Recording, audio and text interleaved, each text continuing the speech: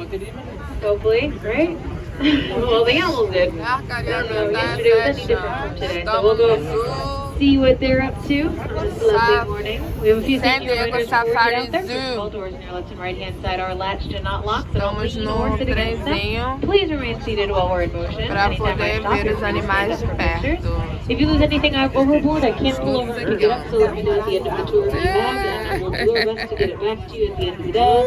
And if you have a medical appointment, the back two cars get my attention by pressing the yellow strip above your head, or if you're behind me in the first 3 rows, you can wave your hand, knock on the window, or yell "Hey Megan" to get my attention. Over here on the right hand side is our first animal, Canis familiaris, the domestic dog. Olha lá o Hopper cachorrinho. from the Escondido Humane Society. Hopper Cachorrinho. that supports this lovely gray coat that is contrast. Ele tá camuflado porque não tô enxergando ele aqui.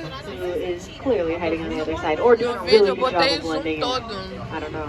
O cachorro tá aqui, Make gente. that call when you get back to the station. You can come and visit this enclosure and visit Amara and Hopper, our cheetah and dog duo. É, porque olha o que tem ali, Edson, na lateral. There, and if you feel so inclined, if you're É tudo seguro, não tem como sair. Ele vai num buraco. Yellow balloon, you have to get down here. It's absolutely incredible. Watch a cheetah run off of leash on outside of the exhibit. Only placed in North America, actually. Acho que Flamengo, olha, eles são On the branquinhos. right hand side, no cheetahs down there, but we got the beautiful pale pink pallor of the greater flamingo. Absolutely beautiful. Looks like it's just time to start waking up from the nap.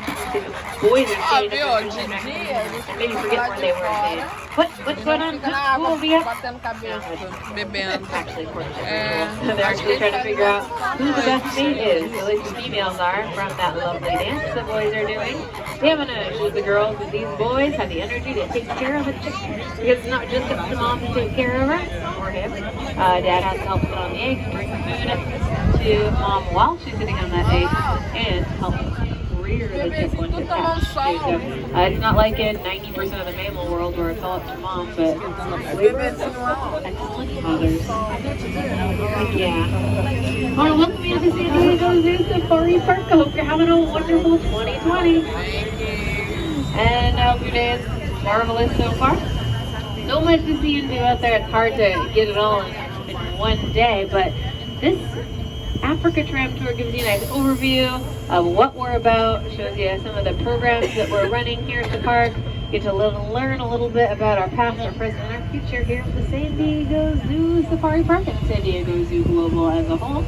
You see, San Diego Zoo Global is a conservation organization. We're not just here to be a menagerie and put animals on for display, but protect them, both here in our backyard and out in the wild where they belong.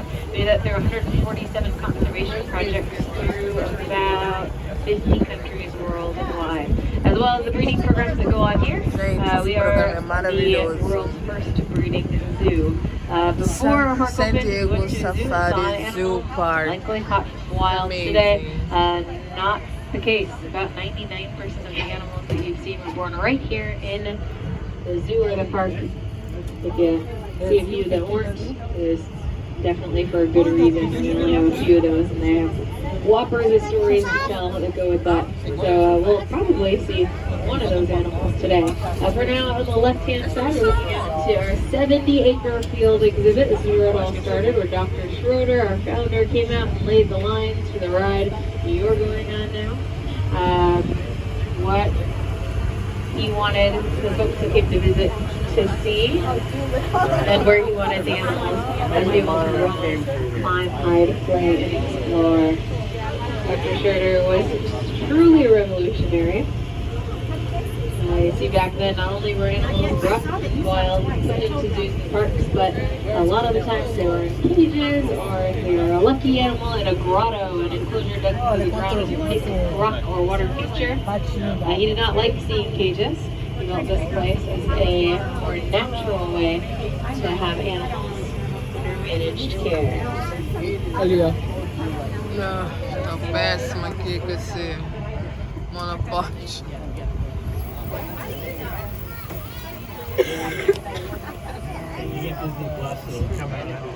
Gente, ela não barulho que a gente foi. It's my choice. We hadn't seen it before. Our feathered friends, the vultures on the right-hand side, and two standing up top of that rock and log feature, are called Ruppel's vultures. You might see one with mostly white feathers hopping there along the back wall. That is a Cape vulture. That Cape vulture and his mate were actually born in the wild. We got them from a rescue group, however. Unfortunately, they collided with power lines, which is not uncommon in the vulture community in Africa. Oftentimes they don't see them and fly right into them, unfortunately becoming victims of electrocution. These two that live here were lucky enough to survive. And we work today with the program we got them from called VolPro, not only to help set up like little reflectors on power lines so that birds can see them without colliding into them, but also help in campaigns to prevent poisoning of vultures. You see, unfortunately, a lot of times hunters will leave carcasses out to try to poison predators like lions who might try to go after their livestock.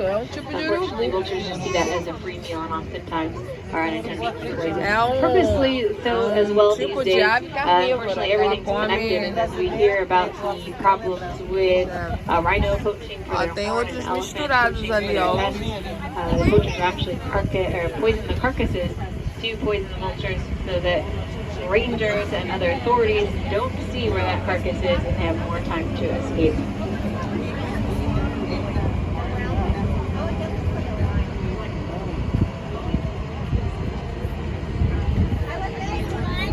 And if we lose vultures, we'll lose many of the beautiful antelope and other large hoofed species that we see that adorn the African savanna. You see, vultures are the cleanup crew of nature. They can digest bacteria like botulism, Ebola, E. coli, anthrax, rabies, tuberculosis, and the plague.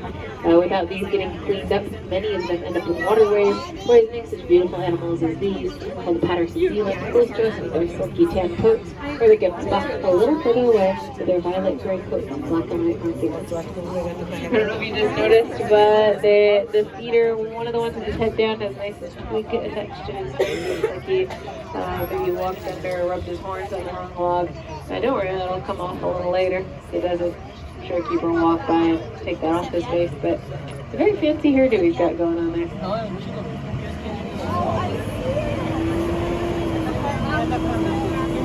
Da família dos viadinhos. Now, over the years, as a breeding facility, we've had over 40,000 babies born and hatched here, and they've gone off to over 200 zoo facilities around the globe. But we've also been lucky enough to be able to release over 40 species back out into the wild, including 13,000 individuals. And while that will count for our next animal, it's very, very hard to send a full-grown giraffe back to Africa. We are working to protect them right in their own backyard in Kenya.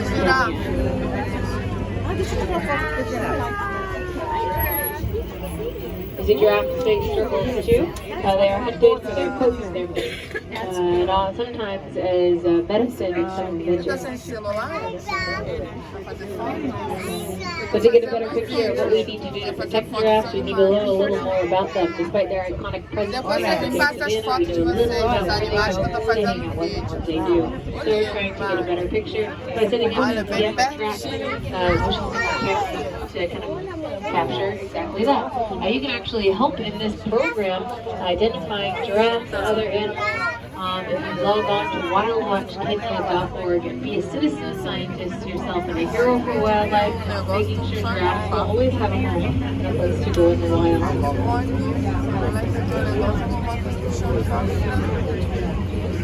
You know, there are over 7 giraffe species that are subspecies found across the continent of Africa.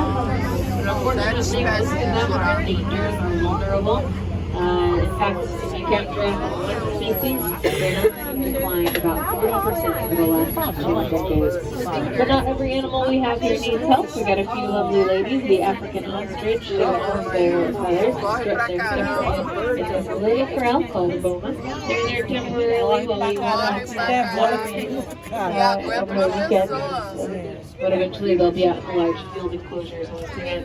Ostrich are a generalist. That means if one habitat gets destroyed or one meal gets taken away, then they have plenty more to choose from. So ostriches are doing quite well in Africa, in the wild, as well as farm ranches and parks around the world. So we don't have a breeding program for them here. These four lovely ladies are called the Spice Girls. They just live the remainder of their days running through. There are 70 acres South African exhibit. They're beautiful.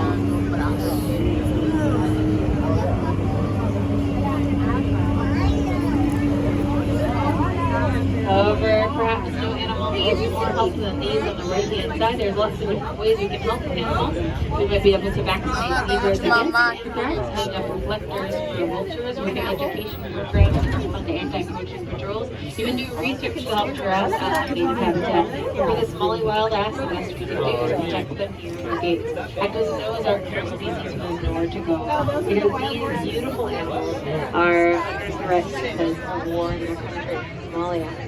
In 2008, there was estimated 3 to 500 last been able to get in and do a study since then. Things have only gotten worse from there. Sometimes these act as Noah's Ark for animals that have nowhere to go. Hopefully one day we will be able to get Pena que essa planta tá na frente. E o sol tá atrapalhando, ó. Olha eles aí, gente. Alô, camelo. One of the greatest things about this park is the open spaces for our savanna animals. These animals can move together in families, social bonds they would in the wild, including these Cape buffalo you see out to the left-hand side, who themselves have Camelinho tá 4 comendo. Can you find all 4? Olha como come. It's not too hard today, is it? Nope, they're all walking mom, baby, and then this last mother is trying to get a baby follower in the back there. Each of those 4 are they were born all after Thanksgiving. We have one that's about 2 to 3 months old at the feeder with the 3 that are standing still as well. They're absolutely adorable. Well, these large black animals look like docile cattle. Com a comida, ó. Tá jogando pra lá e pra cá, ó. The second most deadly animal in Africa, behind the Agora ele levantou o hippopotamus. pescoço. You mess with one, you mess with the whole herd. It's not just mom who's coming after you if you try to snag her calf. Dad, aunts, uncles, brothers, nephews, nieces, they are all surround, kick, headbutt, bite, and stomp predators until they give up or die. Gente, que lugar maravilhoso, hein? Olha isso, que lindo.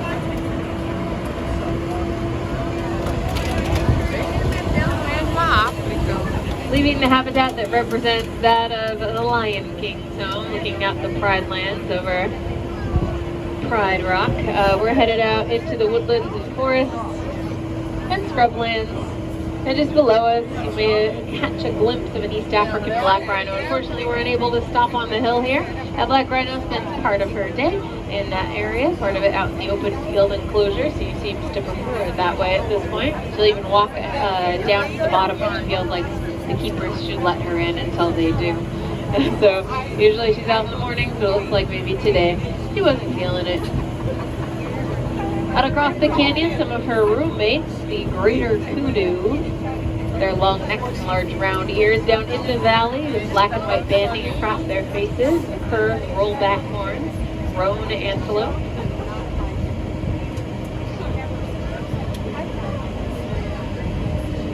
And while they're settling for the lowlands today, other animals are taking up prime real estate up here at the top of the hill. There's no better place to be for your prey animal than at the top of the hill. Gives you more of a view to look out for predators. That's exactly what these animals are doing here on the left, each faced out in a different direction. If a lion was coming their way, one of them would be able to see it and alert the others so they can all run to safety. Now, while they're not any predators out here in these enclosures, that doesn't mean they don't know that. They can actually smell the lions and cheetahs and other predators that we have here. The wind blows over the hill ahead of us down to the valley on our left. Os viadinhos. What a valley it is. Looking down into the left, you're looking into 100 acres of open field enclosure space, making up 2 enclosures and 2 habitats.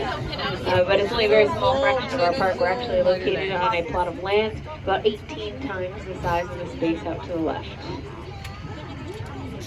Now a lot of that is set aside for open field enclosures. We have 5 of these large spaces in total, and some of it for the walking paths and smaller spaces throughout the park. We even have a hospital and an institution for conservation research. But about half of our land is set aside as reserved for coastal sage scrub and chaparral, our native habitat surrounding the park. If you look out to the right, in the hills above, you'll see that, just that. Coastal sage scrub today only remains about 10% of its historical ground coverage, and it's home to endangered species like the California gnatcatcher, a small bird that flits and flies between the underbrush. We're one of the 3 areas in San Diego County that's a known nesting grounds for this critically endangered bird.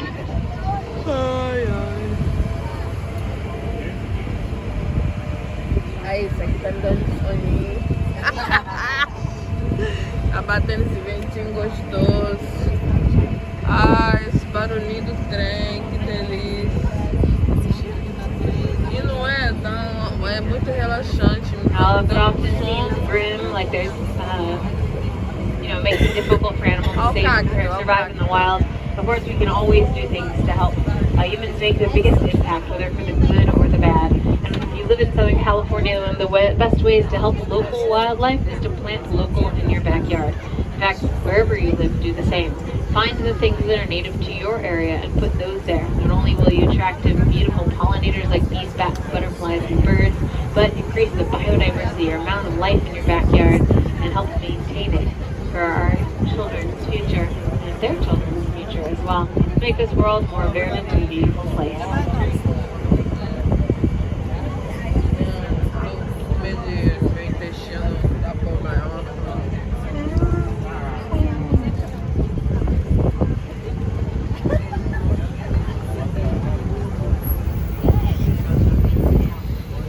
Coming back around the corner here on the left, it looks like the Cape Buffalo group has settled down around that feeder there. Babies all lined up for their share of mom's milk.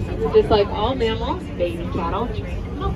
And milk helps them grow big and strong and quite quickly. By the time they hit their first birthday, they'll take care of themselves.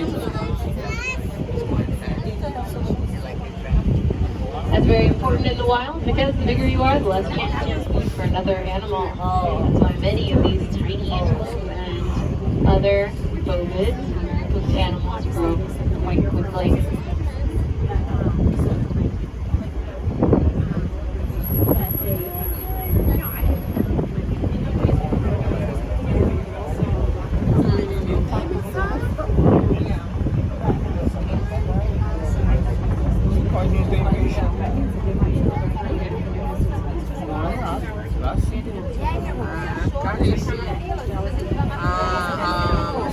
A Marcela foi da família do marido dela, fazer uma viagem para África.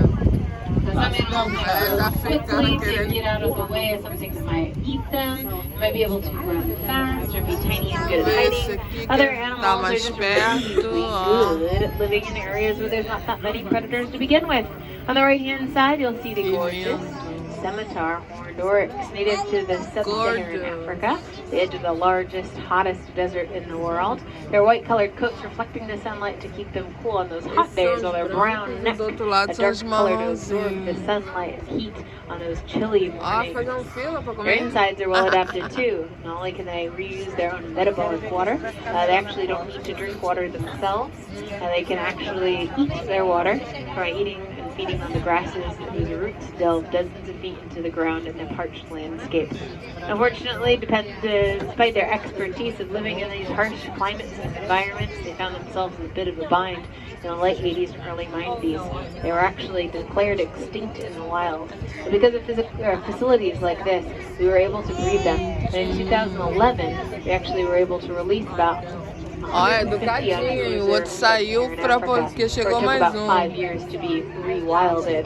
Yes, if an animal sees a human every day, rest assured it will walk up to that human and expect food if you let it out of the gate. So they had to learn to be wild once again, forage their food, and learn to stay away from people. But when we opened the gates in 2017, well, they've been thriving ever since. Still an critically endangered species in the wild, but their numbers are increasing.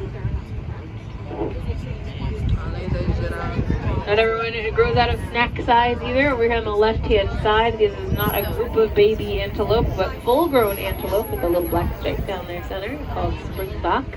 Their method for escaping becoming lunch is their speed and their leaps. Like their name implies, springboks are quite bouncy, leaping 12 feet in a single bound and 7 feet straight in the air from a standstill.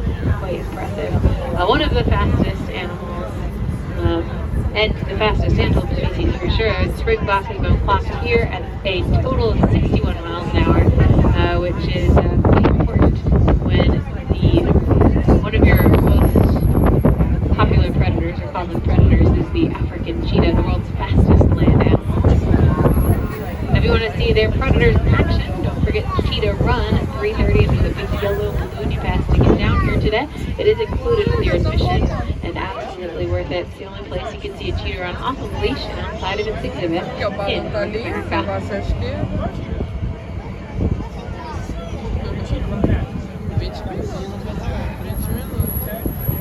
I do want to take a second out of the tour to thank you guys for coming out here today. We couldn't do any of this without you. They are a not-for-profit organization, so the money you spend here, from admission to membership, hats and hot dogs, tours and parking, all go back into the park, helping to care for and feed the animals you've seen along the way.